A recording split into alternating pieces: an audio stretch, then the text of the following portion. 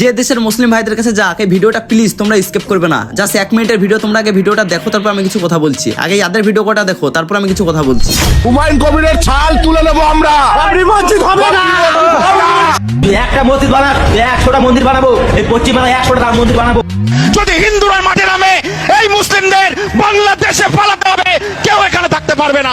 বন্ধুরা বাদের কথা কেন শুনলে, এবার আমি গোটা কথা বলছি, প্লিজ ভিডিওটাকে স্কিপ করবে না। আমাদের ইসলাম ধর্ম কখনো ধর্ম নিয়ে ঝামেলা সৃষ্টি করে না, কিন্তু হিন্দুদেরই কিছু কিছু হিন্দুরা বাড়ায় ধর্ম নিয়ে ঝামেলা সৃষ্টি করে। দেখো বন্ধুরা, আমাদের বাবরি মসজিদে কোনো বাধা নেই, আমাদের হাইকোর্ট থেকে পাস দিয়ে দিয়েছে। তারপর আমাদের হুমায়ুন স্যার কি বলেছে যে আমরা সরকারের একটা টাকা লুব না, আমরা হিন্দুদেরও একটা টাকা লুব না, আমরা মুসলিম ভাই বোনরা যে যা পারবো সবাই মিলে দিয়ে নিজস্ব আমরা আমাদের জায়গায় করবো। তাহলে তো এতে হিন্দুদের কোনো বাধা নাই। তারপরে কিছু কিছু হিন্দু লাফাইছে, বলছে আমরা বাবরি মসজিদ করতে দেবো না, ভেঙে দেবো, পেশাব করে দেবো। কিন্তু যারা বলছে আমরা ভেঙে দেবো, পেশাব করে দেবো, আমি তাদেরকে বলছি এদা বেশি লাফাস না। আমাদের মহান আল্লাহ সবাইকে মানুষ বানিয়ে দুনিয়ায় পাঠাইছে, তোরা এসে দুনিয়ায় তোরাই ধর্ম ভাগ করে বা তোরাই ঝামেলা লাগাইছিস। আমাদের ইসলাম ধর্ম কখনো ধর্ম নিয়ে ঝামেলা করতে যায় না। আমাদেরকে হাইকোর্ট থেকে পাস দিয়েছে, তারপর আমরা বাবরি মসজিদ করার সিদ্ধান্ত নিয়েছি, কিন্তু তোরা বলছিস করতে দেবো না। এই কথাগুলো আমি সব দেশের মুসলিম মানুষদেরকে বলছি। আমাদের গোটা পৃথিবী জুড়ে যে কোনো ধর্মের চেয়ে আমাদের ইসলাম ধর্মের জনসংখ্যা বেশি আছে। আমরা ইসলাম ধর্মের মানুষরা সবাই যদি এক হয়, তাহলে ওরা একটা চুলও ছিটতে পারবে না। আমাদের হাইকোর্ট থেকে বাবরি মসজিদের পাস দিয়ে দিয়েছে, তাও ওরা বলছে আমরা করতে দেবো না। সব দেশের মুসলিম ভাইদেরকে বলছে ভিডিওটা প্রচুর পরিমাণে শেয়ার করে আরো সকল ভাইদের কাছে পাঠিয়ে দাও। আর তোমরা সব দেশের মুসলিমরা আন্দোলন করো, বলো বেশি লাফাস না, নাহলে সব দেশের মুসলিমরা এক হয়ে